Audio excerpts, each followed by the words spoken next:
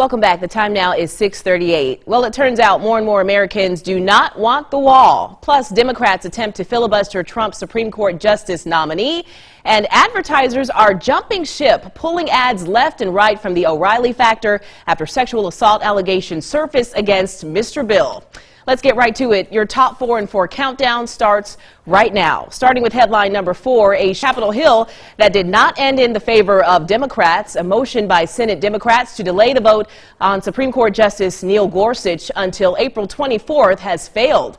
The vote was a delaying tactic. Senate Democratic leader Charles Schumer called the vote after an exchange on the floor in which he noted Republicans' obstruction of former Barack Obama's nominees, including his pick for the same Supreme Court seat, Merrick Garland. The Senate on Thursday voted 55-45 to successfully filibuster Gorsuch's nomination. Senate Majority Leader Mitch McConnell moved to change Senate rules to remove a 60-vote filibuster requirement for Gorsuch and all future Supreme Court nominees, reducing it to a simple majority in the 100-member Senate. After the change, Gorsuch is expected to be confirmed today. Well, headline number 3, most Americans oppose funding President Donald Trump's wall along the U.S.-Mexico border. That's according to a poll released Thursday by the Associated Press.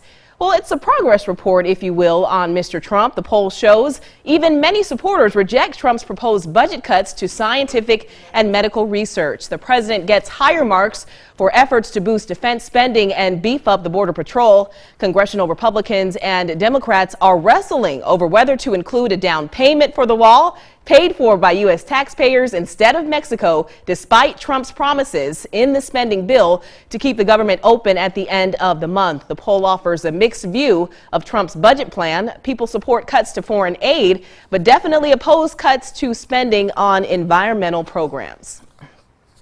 Well, here's headline number 2. A new study from Equal Pay Day tomorrow reveals the size of the gender wage gap and its detrimental effects on the spending power of women in Mississippi.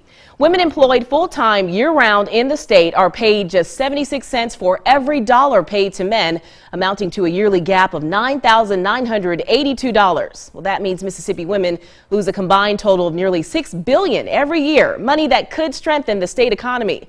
According to the analysis, if the gap between women's and men's wages in Mississippi are eliminated, a woman in the state who holds a full-time year-round job would have enough money for 1.5 more years of food, more than 9 additional months of mortgage and utility payments, nearly 14 more months of rent, and 27 more months of child care. Well, James Brown may have been onto something when he said it's a man's world, at least here in the U.S. Here's why. The National Partnership finds that the largest cents on the dollar differences in the country are in Wyoming, Louisiana, West Virginia, Utah, and North Dakota. Well, finally, here it is. Headline number 1. The O'Reilly Factor is facing a growing advertiser revolt as 36 companies have pulled their commercials from the show amid a scandal involving the host, Bill O'Reilly. Mercedes-Benz, Hyundai, Allstate, Credit Karma, Wayfair, just to name a few, are pulling ads from the O'Reilly Factor. The New York Times reported on Sunday that settlements totaling $13 million had been reached with 5 women who accused O'Reilly of sexual harassment and or verbal abuse. Now, O'Reilly did not address the Times report on his show Monday night. O'Reilly has denied all the accusations made against him. He has been the center of attention for the last several weeks. In fact, just recently, O'Reilly faced criticism after he mocked Democratic Representative Maxine Waters' hair. He said, and I'm paraphrasing, quote, "I was distracted by that James Brown wig." Well, when it comes to these sexual assault allegations, Bill O'Reilly did release a statement. Let me say it in the way that James Brown would say it. Bill O'Reilly claims he pays the cost to be the boss. The statement says, quote, "Just like other prominent and controversial people, I'm vulnerable to lawsuits from individuals who want me to pay them to avoid negative publicity," end quote. Now, I know I've used a lot of James Brown in our top 4 and 4 countdown today, but I figure might as well keep the momentum going. Mr. O'Reilly, if those allegations are true, Papa may need a brand new bag of tricks to get out of this one. We'll be right back after this.